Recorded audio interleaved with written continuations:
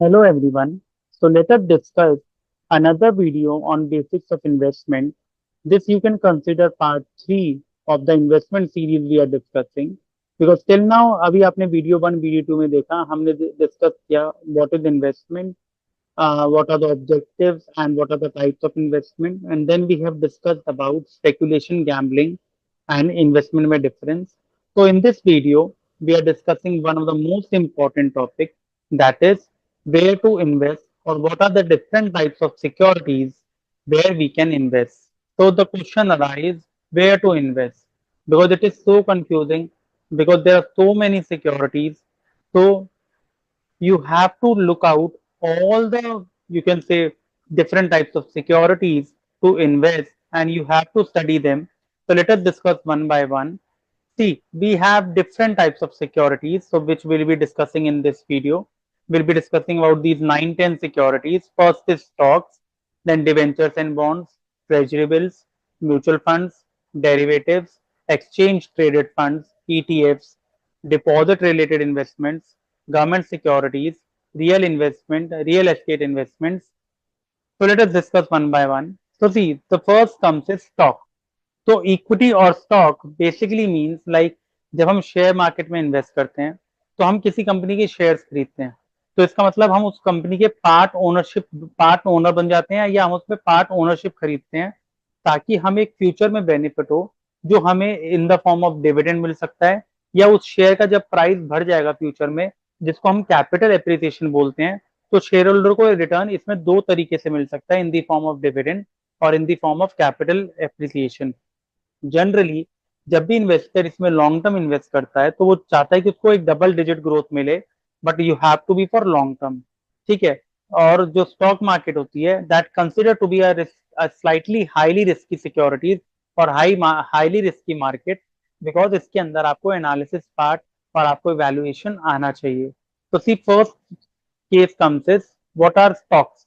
तो investing in stock represents taking part ownership in the company, जैसे मैंने आपको समझाया अभी।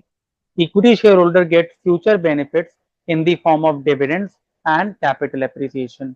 Investor expect double digit returns. Double digit मतलब जैसे 10%, 12%, 15%, 20%, और जिसको हम हाई रिटर्न्स भी बोलते हैं इन द लॉन्ग रन।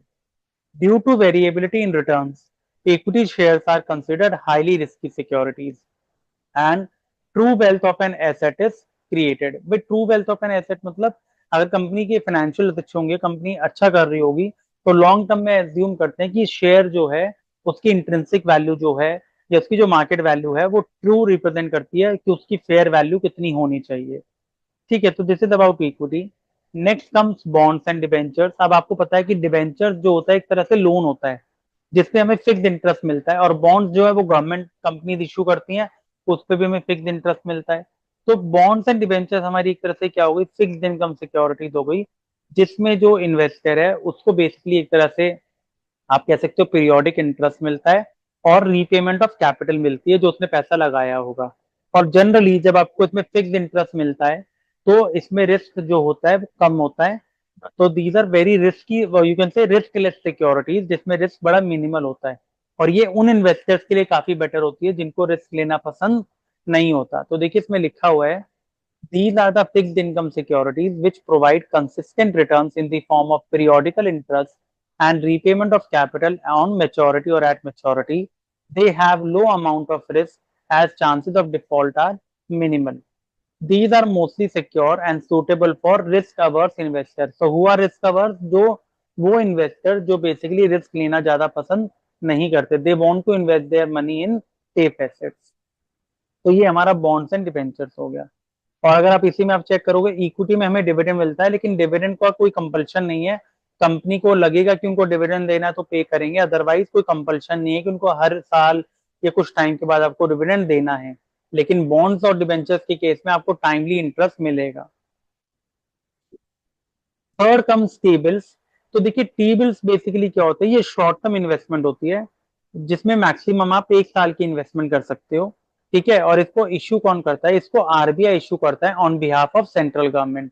तो see, T bills are instruments which are issued by RBI on behalf of central government to meet the short term requirement of funds less than 1 year. तो generally आप इसमें check करेंगे 364 days का maximum T bill होता है, 7 days का भी होता है, 21 डेज का भी होता है। They are issued at discount and redeemed at par. तो बेसिकली मान लीजिए टी बिल पे कोई इंटरेस्ट, मैं आपको एक समझाने के लिए बताता हूँ कि 7% का इंटरेस्ट बोल रहे हैं। तो इसका मतलब जब कोई इन्वेस्टर उसमें इन्वेस्ट करेगा तो 7% डिस्काउंट पे वो मिलेगा और मेच्योरिटी पे उसको पूरा पैसा मिलेगा। तो एक समझाने के लिए, लेट्स से 100 रुपए का टी बिल था, अगर वो 7% इंटरेस्ट बोल रहा है तो हम एज्यूम करें 1 ईयर का ही है, तो इसका मतलब 7% डिस्काउंट, तो डिस्काउंट मतलब वो 93 का आपको भी मिल जाएगा जब आप बाय करोगे। और कल को जब आप पे करोगे या आपको आरबीआई या गवर्नमेंट आपको पैसा वापस देगी तो वो आपको पूरे 100 रुपए देगी। आपसे लिए कितने थे 93 और आपको पे कितने कर रही है 100। तो मतलब जो 7 रुपए का जो बेनिफिट था इंटरेस्ट की फॉर्म में, वो उन्होंने इंटरेस्ट की फॉर्म में नहीं दिया, वो एक तरह से उन्होंने क्या करा, they are issued at discount and redeemed at par. They are highly liquid और इसमें रिस्क नहीं होता बिकॉज आरबीआई और सेंट्रल गवर्नमेंट इन्वॉल्व है। They are issued in the form of promissory note, इसमें लिखा होता है I am promising you to pay. ऐसे होता है ना, बिल्स ऑफ एक्सचेंज का टॉपिक था प्रोमिसरी नोट, इसीलिए हम इसको बोलते हैं जीरो कूपन बॉन्ड्स और risk free asset. Zero coupon मतलब इस पे कोई इंटरेस्ट नहीं होता, वो जो 7% का इंटरेस्ट था वो ऐसे आपको 7% नहीं मिला, वो एक तरह से उन्होंने किस में दे दिया, at the time of issue और दे दिया। तो इसलिए इसको जीरो कूपन बॉन्ड्स भी बोलते हैं। नेक्स्ट कम्स म्यूचुअल फंड्स, ये हमारा आगे यूनिट्स में भी आएगा। म्यूचुअल फंड्स इस टाइम पर करंट इन्वेस्टमेंट में काफी हॉट टॉपिक है। तो you can see mutual funds. तो देखिए म्यूचुअल फंड्स के अंदर आप एक चीज चेक कर सकते हो कि म्यूचुअल फंड्स इसमें, क्योंकि म्यूचुअल फंड्स आजकल आप देखते हो कि म्यूचुअल फंड्स काफी इंपॉर्टेंट है। एसआईपी की टर्म्स में बोलते हैं कि हमें इन्वेस्ट करना चाहिए, ठीक है, हर महीने इन्वेस्ट करना चाहिए, थोड़ा थोड़ा अमाउंट इन्वेस्ट करना चाहिए। तो म्यूचुअल फंड, मैं आपको इसका मीनिंग पहले आपको एक्सप्लेन कर देता हूँ। देखिए म्यूचुअल फंड एक तरह से क्या होता है, एक ये इनडायरेक्ट इन्वेस्टमेंट होती है जहां पर एक एसेट मैनेजमेंट कंपनी होती है, वो एक छोटे छोटे इन्वेस्टर से कहती है कि आप अपना पैसा पूल करके हमारे को दो, हम आपके बिहाफ पर म्यूचुअल फंड्स में, हम कंपनीज में इन्वेस्ट करेंगे। और उन्होंने अपना उस जहां पर वो पैसा, मान लीजिए वो आगे 10 कंपनी में पैसा इन्वेस्ट करते हैं, तो उन सबका उन्होंने एक फंड बना दिया जिसको ये लोग बोलते हैं म्यूचुअल फंड। अब कुछ इन्वेस्टर्स ऐसे होते हैं जो बेसिकली स्मॉल इन्वेस्टर्स होते हैं, वो कहते हैं हमारे पास तो नॉलेज नहीं है स्टॉक मार्केट में इन्वेस्ट करने की, लेकिन हम फिर भी इसका बेनिफिट उठाना चाहते हैं।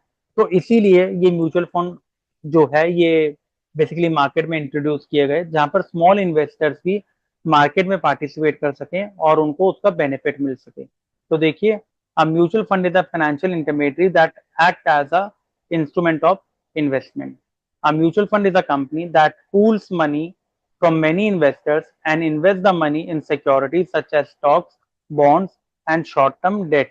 तो देखिए सारे इन्वेस्टर्स ये आप देख रहे हैं पिक्चर में, थोड़ा थोड़ा पैसा करके एक फंड बनाते हैं जिसको बोलते हैं म्यूचुअल फंड। और ये फंड मैनेज कौन करती है, एसेट मैनेजमेंट कंपनी, एएमसी बोलते हैं इसको, एसेट मैनेजमेंट कंपनी। तो ये कंपनी क्या करती है, आपका पैसा कलेक्ट करती है और आगे इन्वेस्ट करती है, और वहां से जब रिटर्न जनरेट होती है तो वो रिटर्न आपको डिविडेंड की फॉर्म में भी मिल जाता है या उस म्यूचुअल फंड की वैल्यू इंक्रीज हो जाती है। तो it is an indirect investment. Indirect investment क्यों, क्योंकि आप किसी कंपनी में डायरेक्टली इन्वेस्ट नहीं कर रहे, आप अपना पैसा म्यूचुअल फंड कंपनी को दे रहे हो, वो आगे इन्वेस्ट कर रहे हैं। देखिए नेक्स्ट अब इसके अंदर क्या आता है, small investors who are unable to participate in the capital market can access the stock market through the medium of mutual funds। और म्यूचुअल फंड्स को जनरली हम लोग, जैसे शेयर का प्राइस होता है, म्यूचुअल फंड को एनएवी की टर्म्स में बोलते हैं, जिसकी फुल फॉर्म होती है नेट एसेट वैल्यू, आप लिख सकते हैं नेट एसेट वैल्यू। तो NAV represent fund share by market value, sorry fund per share market value. It is the price at which investor buy, that is bid price, जिस पे investor bid करता है, and fund shares from fund company and sell them, जिसको हम redemption price बोलता है, to the fund company. अगर वो फंड कंपनी जो एसेट मैनेजमेंट कंपनी है उससे बाय करेगा तो उसको बिड प्राइस बोलते हैं जब वो बिड करता है, और जब उसको सेल करते हैं तो उसको रिडेम्पशन प्राइस हो गया। और एनईवी निकलता कैसे है, total assets minus outside liabilities divided by total number of outstanding shares. और आप इसकी जगह शेयर्स की जगह यूनिट्स भी कर सकते हो क्योंकि म्यूचुअल फंड को हम यूनिट्स में रिप्रेजेंट करते हैं, ठीक है। फिर नेक्स्ट हमारी इन्वेस्टमेंट आ गई डेरिवेटिव। डेरिवेटिव्स बेसिकली अगर आप चेक करेंगे, derivative is a very risky investment because it deals in future. अगर आपसे कोई डेरिवेटिव का मतलब पूछेगा तो डेरिवेटिव हमारी लास्ट यूनिट है इस वाले सब्जेक्ट में। तो डेरिवेटिव के केस में क्या होता है, डेरिवेटिव की अपनी कोई वैल्यू नहीं होती, उसकी वैल्यू जो होती है आज किसी फिजिकल एसेट के ऊपर डिपेंड करती है। तो डेरिवेटिव कौन से एसेट्स होते हैं या इंस्ट्रूमेंट्स होते हैं जिनकी अपनी कोई वैल्यू नहीं है, इनकी वैल्यू किसी और एसेट्स पे डिपेंड करती है, जिनको हम अंडरलाइंग एसेट्स बोलते हैं। और ये बेसिकली क्या करते हैं, फ्यूचर में हम डील करते हैं इसके अंदर। तो फ्यूचर इज वेरी अनसर्टेन। और इसके अंदर क्या होता है, आप कभी भी ना एक दो शेयर में इन्वेस्ट नहीं करते। इसके अंदर इन्वेस्टमेंट थोड़ी ह्यूज होती है बिकॉज आपको लॉट्स में खरीदने पड़ते हैं। लॉट्स मतलब ग्रुप ऑफ शेयर जितने उन्होंने लॉट्स बना रखे होंगे। ठीक है, इसके बहुत सारी टाइप्स होती हैं जैसे फ्यूचर्स, ऑप्शन, स्वैप्स। ये हम आगे वाला जो हमारा फिफ्थ यूनिट आएगा वहां डिस्कस करेंगे। बट अभी आपको इसका मीनिंग इसलिए पता होना चाहिए बिकॉज जब हम वो वाली यूनिट स्टार्ट करेंगे तो आप इस टर्म से थोड़े फेमिलियर हो।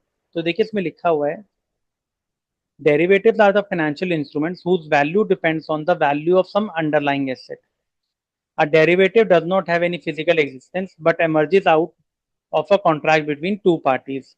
It does not have any value of its own, जैसे मैंने आपको बताया, but its value in turn depends upon the value of other physical asset which are called underlying asset.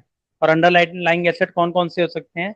The underlying asset may be shares, debentures, tangible commodities, currencies, short term and long term financial securities, etc. ठीक है, तो derivative किसी share का भी हो सकता है, debenture का भी हो सकता है, या जैसे गोल्ड सिल्वर जो टेंजिबल कमोडिटीज होती हैं उसका भी हो सकता है। अब derivative, stock index futures and stock index options, मैंने आपको बताया डेरिवेटिव के अलग अलग टाइप्स होते हैं, फ्यूचर्स एंड ऑप्शंस, जो इसके जिसको हम लास्ट यूनिट में डिस्कस करेंगे। ठीक है, तो यही बोला हुआ है कि derivative stocks, currencies, interest rate, bonds, commodities किसी की बेस पे भी हो सकता है और किसी का भी डेरिवेटिव हो सकता है। फिर आ जाता है, अब ये भी बड़ी अच्छी टर्म है, ईटीएफ, जिसको हम लोग एक्सचेंज ट्रेडेड फंड्स बोलते हैं। तो ईटीएफ इज नथिंग बट, जैसे क्या होता है, rather than investing in one share, हम क्या करते हैं, कलेक्शन ऑफ स्टॉक्स या कलेक्शन ऑफ शेयर्स में इन्वेस्ट कर लेते हैं रादर देन इंडिविजुअल स्टॉक्स। तो देखिए, ETFs are collection of stocks that are traded on an exchange like individual stocks. Market में आप चेक करोगे तो ईटीएफ्स बने हुए हैं। ये गोल्ड ईटीएफ है, जो हो सकता है गोल्ड की कंपनीज में इन्वेस्ट करे। तो ये बेसिकली क्या करता है, आपको ओवरऑल मार्केट का एक तरह से परफॉर्मेंस मेजर करने में हेल्प करता है। और एक ये इन्वेस्टर के पॉइंट ऑफ व्यू से भी थोड़ा सा इजी हो जाता है और उसको लगता है कि मेरे लिए बेटर है, बिकॉज रैदर देन मैं अपना सारा पैसा एक शेयर में लगाऊं, तो मैं ईटीएफ में लगा देता हूँ जो वेरियस शेयर्स में एक ही साथ इन्वेस्ट करते हैं। तो बेसिकली ईटीएफ और म्यूचुअल फंड में डिफरेंस ये होता है, म्यूचुअल फंड में आप एसआईपी के थ्रू करते हो, ईटीएफ में भी आप एसआईपी के थ्रू कर सकते हो, बट ईटीएफ में क्या होता है, आप कभी भी ये through out the day cell purchase कर सकते हो। लेकिन म्यूचुअल फंड्स में जनरली क्या होता है, आपको डिपेंड करता है कि आप उसको, आपको कितने टाइम उसका लॉक इन पीरियड है।